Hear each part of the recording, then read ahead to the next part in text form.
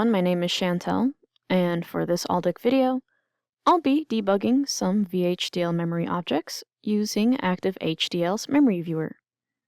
The memory viewer is one of Active-HDL's useful debugging tools that you use during simulation to look at the memory contents of VHDL or Verilog objects.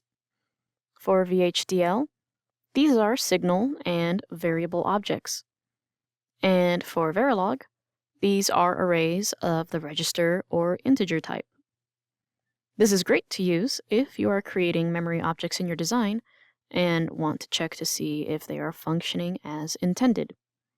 These objects can be a RAM, ROM, or even just a basic flip-flop or register. To highlight the memory viewer's utility, I will be debugging 3 common use cases for memory objects in VHDL and analyzing their behaviors for correctness. So let's get into it. The first use case I'm going to cover is a simple RAM. Here I have a basic RAM module that I pulled from Active-HDL's example designs called Memory Example. In this example, you can see how the VHDL RAM entity has a signal called RAM-mem that acts as a memory object. It is instantiated as an array type of standard logic vector that has a depth of 128 and a word size of 8 bits. In the code, you can see that it has the write and read logic, both of which utilize the RAM-mem memory object. In the test bench, data gets initialized into all of the RAM's memory addresses, then we read from the RAM, and then it performs one last write and read operation. Now let's go ahead and run the simulation for this example so we can use the memory viewer to see if the values are correctly being written to and read from the RAM object. This example already comes with a runme.do macro, which I'll be using to go through each part of the test bench. So the first thing I'll do is compile, initialize the simulation, and get my waveform view. Now I'll go ahead and run the simulation for the specified time on the macro.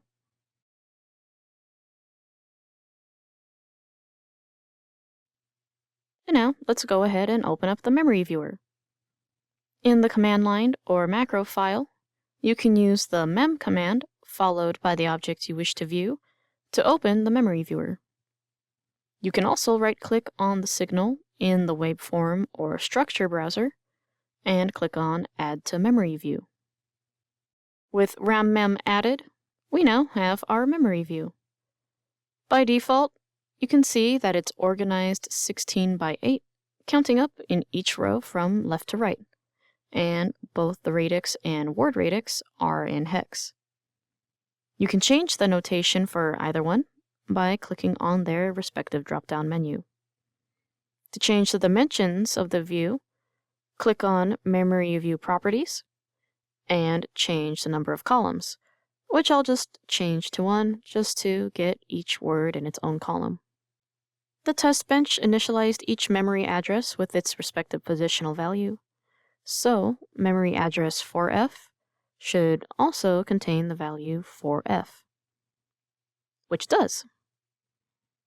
There doesn't seem to be any mismatch of the memory address and data inside, so we can confirm that the write logic worked as intended.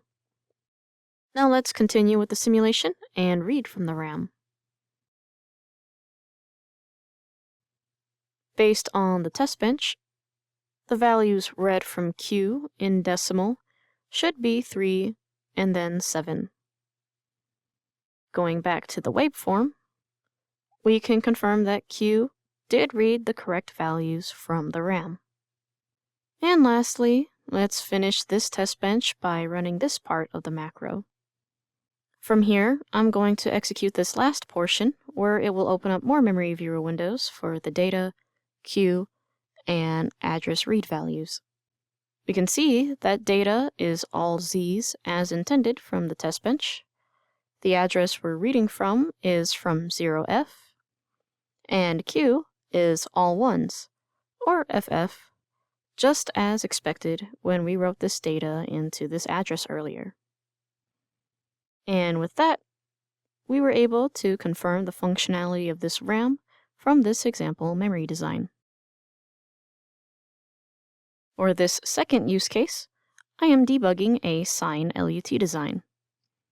This particular example is in no way optimal or robust, but using LUTs for sine or cosine values can be less costly than using computational logic. In this code, I have a generic that sources my file of the Sine LUT values, and I have my input ports for the clock, read enable, and my input value, which will be 9 bits long, to compensate for all discrete 360 degrees. The output is going to be the sine value of the given degree in fixed point notation. In my example, I'm using 1 integer bit and 9 fractional bits for more accuracy, hence the 10-bit output. In the entities architecture, I have a user type called ROM type with a depth of 2 to the power of degree in's length minus 1, and a word size matching sine out's length. With this user type, in the impure function, a variable called ROM is created, and what happens in this function is that it will read from the init file, which is the generic I mentioned earlier, and loop through the entire range of ROM, or it will read each line of the text file and store that binary value of that line into one of its memory addresses. The memory address should contain the fixed point sine value of the matching degree. So later on, we should see that ROM address 45 should contain the fixed point sine value of 45 degrees, which is about 0.707. Using this function, the ROM object is created, and we use the address signal to get the degree input so we can get the sine output from the ROM. So with the code explained, I'll go ahead and compile the file. After a successful compile, I'll initialize the simulation, and before I start running simulation, I'll need to set some stimuli. I'm going to set a clock stimuli for the clock signal and give it a period of 20 nanoseconds. Then I'm going to set a constant value of 1 for the read enable signal so that it will read from the ROM for the entire simulation. Lastly, for my degree in input, I'm going to give it a counter stimuli, where it will just count upwards by a value of 1. With my stimuli set, we can now run simulation to check whether or not the values were loaded into the ROM correctly, and check if the sine outputs align with the degree input. So now I've run the example for 1 microsecond. First, let's see if the ROM was loaded correctly. I'm going to click on ROM loaded and add to memory view. I'll also split my view, so I'll have the binary text file adjacent to the memory viewer. Now I'll change the word radix to binary to make it easier to read and compare. And we can see that each memory cell correctly reflects the binary value from the text file. So we can confirm that the values were properly loaded into the ROM. Now let's check if the right sine values are outputted.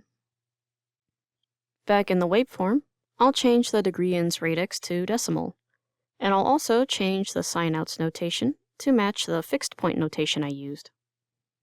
So I'll right-click and change the binary point to 9 and radix to decimal. And now let's check. I'll look at 45 degrees, for example. And we can see that at the next rising clock edge, sine out is equal to 0.707. Now let's check another value, like 70 degrees. It should be about 0.94 rounded up. And we can see that it is about 0.94. And that confirms that the Sine LUT ROM is functioning as expected. For this last example, I have an AXI4 stream slave where I'll check to see that it's reading the values correctly at the right times when tvalid and tready are both high. The AXI4 protocol is a very commonly used and important interface in FPGA design. So having tools like the memory viewer provide extra debugging insight to ensure that this crucial functionality works as expected. For this example, the AXI4 stream slave performs a write operation to the data memory signal. Data memory in this case is the memory object in question. I have tready set to 1 to indicate that the slave is ready to write at every clock cycle. The first process contains the logic that increments the memory address at every rising clock edge when tvalid and tready are 1 to indicate that the process of writing to the current address is complete and it can move on to the next address. Once the transmission of data reaches the end, that's where tlast will go high, and the memory address will wrap back to 0. The second process assigns the value from tdata to a memory address in the data memory object when clock, tvalid, and tready are all high. So this is the logic of the AXI4 stream slave. Now to test its functionality, the test bench is written to emulate the AXI4 stream master, sending over the appropriate signals to the slave to perform the transactions.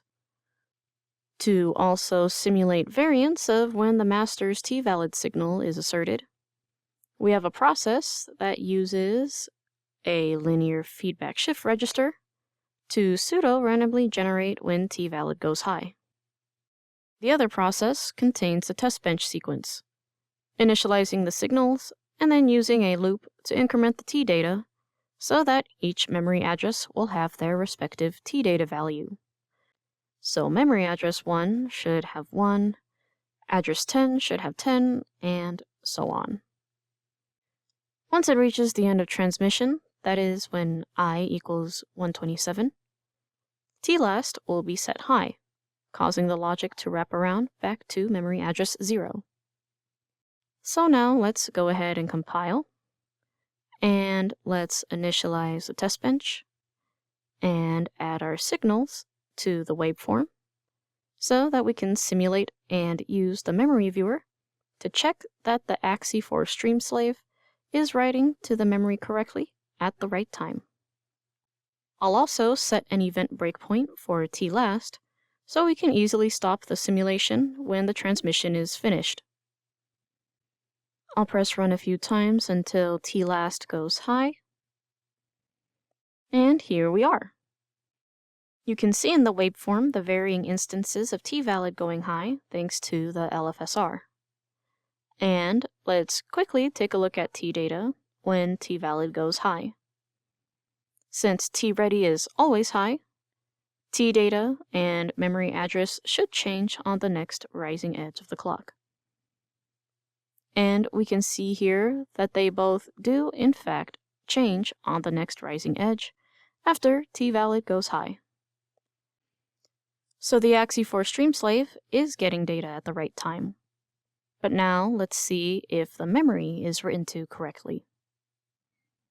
I'll right-click on Data Memory, Add to Memory View, and just by glancing at some values in the memory cells, it looks like the values are all correct. So we can confirm that the AXI4 stream slave is working as expected. And with the last example done, we've come to the end of the video. If you wanted to, you could even step through simulation and see the memory view window of the selected object update in real time. And if there's a time you need to alter the memory, there's an option where you can change the contents of the memory object as long as they can be accessed by the change command, like VHDL variables or Verilog registers. As you saw, Those are just some of the many use cases where it's important to look at how memory is being written to and/or used. With the memory viewer, it makes that task easier. For more information on the memory viewer, click on Help, then either PDF or HTML documentation, Product Help, and then search for Memory Viewer. Thank you for watching, and happy debugging!